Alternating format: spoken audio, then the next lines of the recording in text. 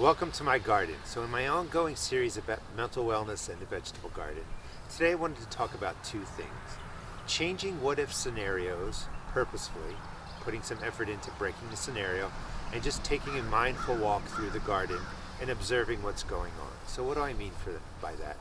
So when we have difficult periods in our life, especially now when we're asked to stay indoors for 14 days, lots of stress, if we're sitting without a lot of activity, we'll go over, well, what if this happens and what if that happens? And we will worry, which is normal, but you got to be able to break it up. So after you've worried for a while and you've talked about your feelings for a while and you've expressed your concerns, you have to break that.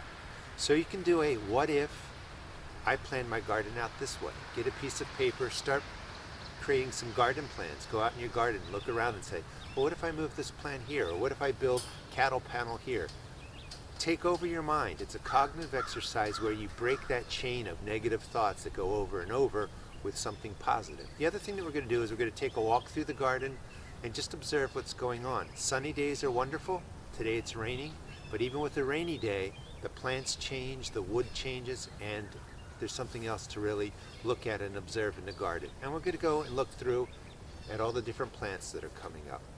So again, we're going to be able to get through this. We just have to figure out a way how to manage through an unprecedented time. I can't even talk about what this is like for all of us. But we can take breaks, and taking breaks for your mental wellness is really, really important. And we're going to do that today. And in fact, I'm going to try and do a video just about every day on mental wellness and mental health. And we can start with just listening now. You can hear the birds in the background, and I want to thank people. That was not a hawk we heard yesterday. It's the blue jays. But you can hear them. Just listen. Walk through your garden, see what's going on. Let's go step out into my garden now.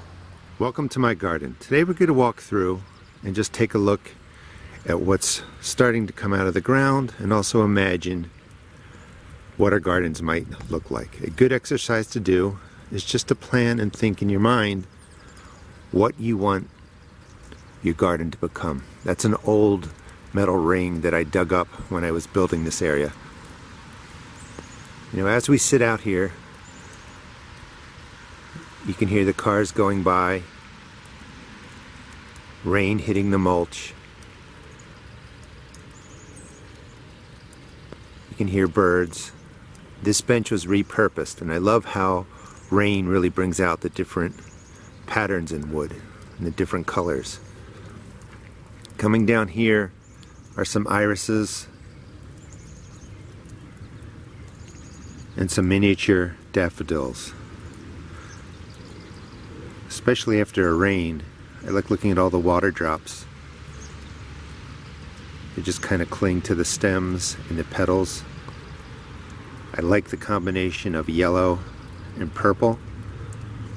And your irises and your daffodils are some of the first bulbs to come up in your gardens.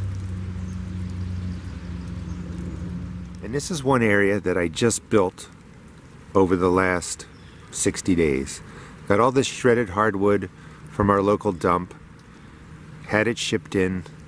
It's raining right now, so if you listen, you might be able to hear the raindrops. You're going to hear vehicles going by. You're going to hear birds.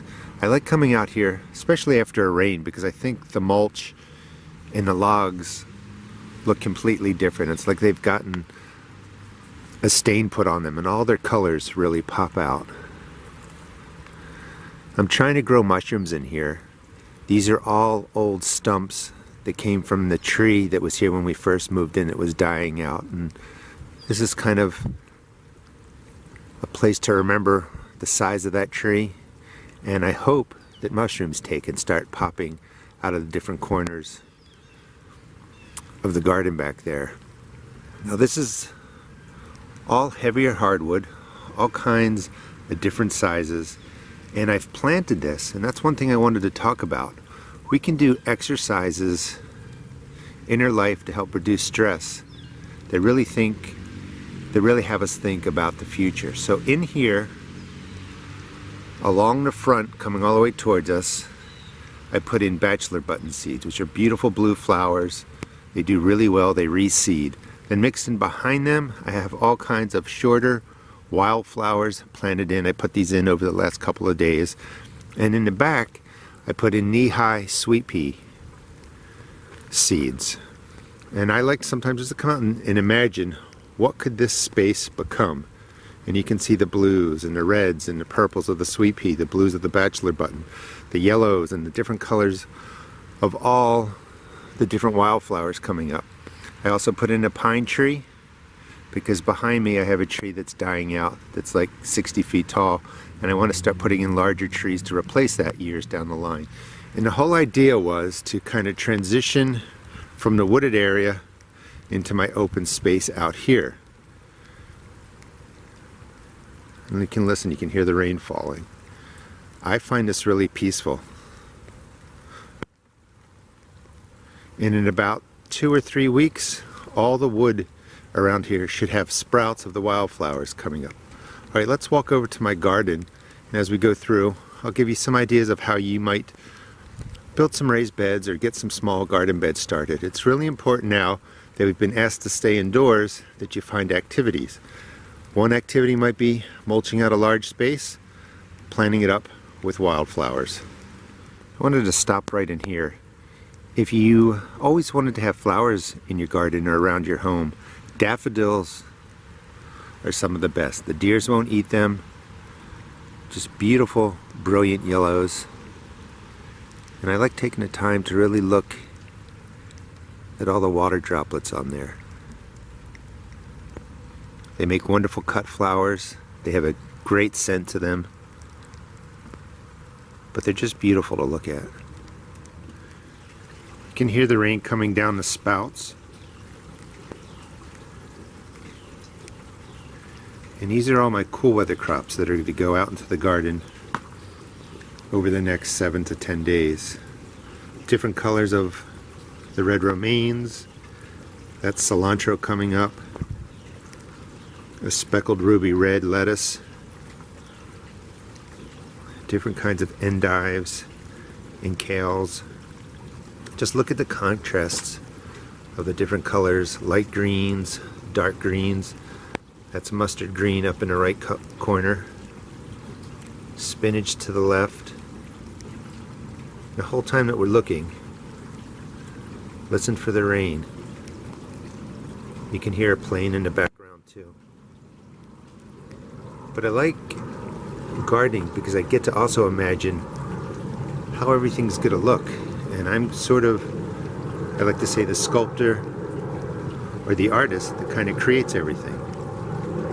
Just beautiful colors and so many different ways to plant these out in your gardens and just watch them grow.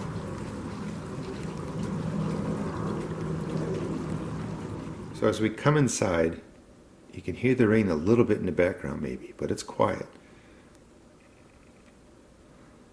All my different herbs being transitioned outdoors. These are tomato plants that I'm doing a modified winter sowing. They've been growing without grow lights, and I just take them inside and outside based on temperature, and they're doing really well. Coming up on the table, these are all the plants that I've been growing indoors. And these are really what I use, like I said, what I use to kind of sculpt in my garden and create a living project. Different size pepper plants, tomatoes. I have lots of flowers in there. And they're all getting used to the UV rays of the sun. Because they're grown indoors, they don't have any experience with being outside and what the sun will do to them. So they have to slowly get used to it. Tons of rosemary, lavender. I even have cucumbers growing, which I don't recommend. They were for a video, but I didn't really have the heart to throw them out, so I'm just letting them grow. And I'm actually eating the little cucumbers that pop on there in salads. But these are soon going to get outside. Actually, they'll get back out today as soon as the rain slows down or stops. So let's start with looking at the magnolia tree. you know that I love those flowers, and there has to be thousands of them on there. And they're only going to be around, you know, maybe a week, 10 days. Coming in my west gate, this is the fruit side of my garden, and the blueberries are starting to leaf out. They'll be blooming soon. But I wanted to show you the flower pots I'm growing in. It's a close-up of the peas that are just starting to pop. I love peas, so there's 10 bags here. I'm going to have probably 60 pea plants growing through here. Edible pods. You can also see the little bits of arugula coming up. When you're doing your pots, you can put in peas or beans and add in different lettuces to grow along the bottom. This way you're growing two different crops inside. I have arugula in here, and I have a really bright red lettuce that'll be popping up soon. I was worried about all of my blueberries, but they're looking really good. I can see the leaves starting, the flowers will start to follow. I wanted to show you a close-up, as I've been talking about, of all the water droplets on the leaves. Because kale's a cold weather crop, sometimes I actually come out after a frost, and you can see the frozen frost patterns on the leaves. Those are all blooms that are going to happen. You can pick those off and eat them.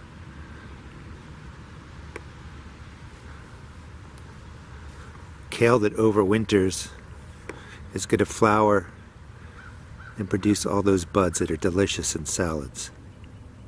And one of the things I talked about is, like, when we're sitting and we're thinking about things, and usually we say they're negative. It's not always negative as in bad, it's just worrisome. But we have to break that chain. So one of the things that I want you to try is on a piece of paper, plan out your garden. Plan out some new ideas and just do, well, what if I do that? And what if I do this in a garden? And that will change things up. These are the cloches I use. You can see one broke. It's filling up with water. Here's one of the blank slates that I like to sculpt. You know, what would you put in these beds? I'm definitely going to be growing some sort of vining crop all the way up the cattle panel. And I think it'll be really cool to be able to reach in and just pick off, because the gravity will drop the fruit down, what I want. There's a whole other bed I need to get to, decide what I'm going to put in there. But these are two perfect blank canvases for us to sculpt and work on. You know, we can take up 30, 40, 60 minutes a day thinking about our garden ideas. This is something that I started that's going to be in a video. And it really has to do with emergency crops you can plant during difficult times. That's not for the emergency, like we're going to run out of food or anything like that.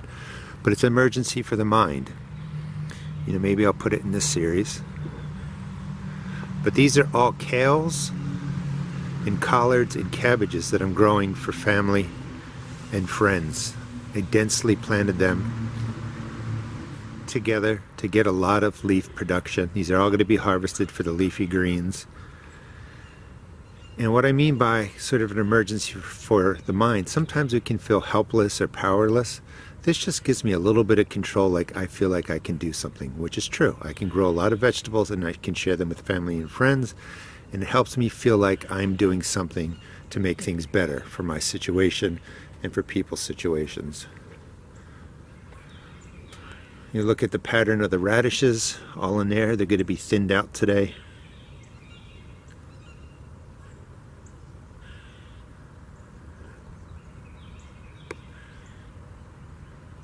And they're growing really, really quickly. Really, probably in the next 20 days I'll be able to pull radishes out of there. The container plants are doing well. Over the last couple days,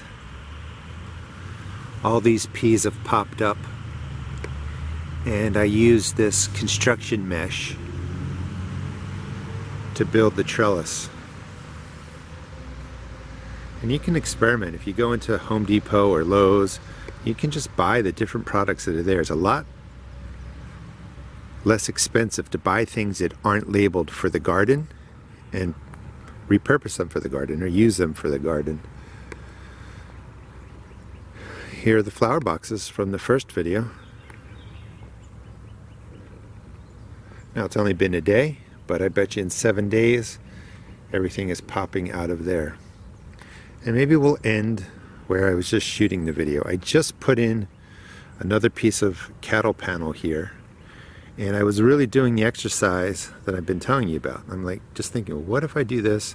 What if I design that? What would I like to happen? And you can see I went a little bit crazy with the cattle panel. I have it everywhere. So what's going to happen here is this is going to be my tomato and cucumber salad garden. On the right side,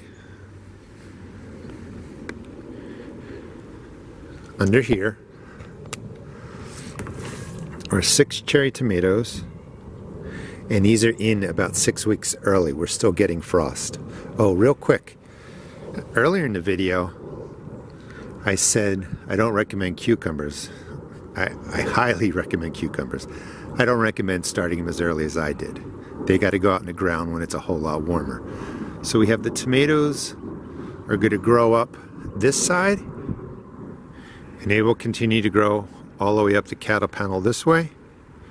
And over here, when the ground is warmer and the frost is gone, I'll be growing my cucumbers up this side.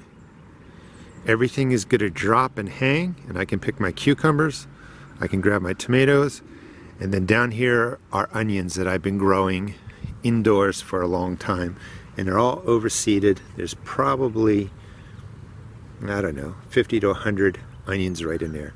They're all going to fill in here. So I'll get my onions, my cucumbers, and my tomatoes, and I'll make my cucumber tomato salad, something I look forward to every year. So mindfulness and mental wellness is an active activity. You have to practice it. It doesn't mean we pretend we're not upset and worried. It means that we take the time to say, okay, enough of that for now. Let me do something proactive. Thanks for watching the video. I'll be trying to do maybe every day, I hope, or every other day, a mindfulness or a mental wellness video. And remember, we're going to get through this. Just follow the plan, social distancing, and really work on managing your mental health. Thanks for watching.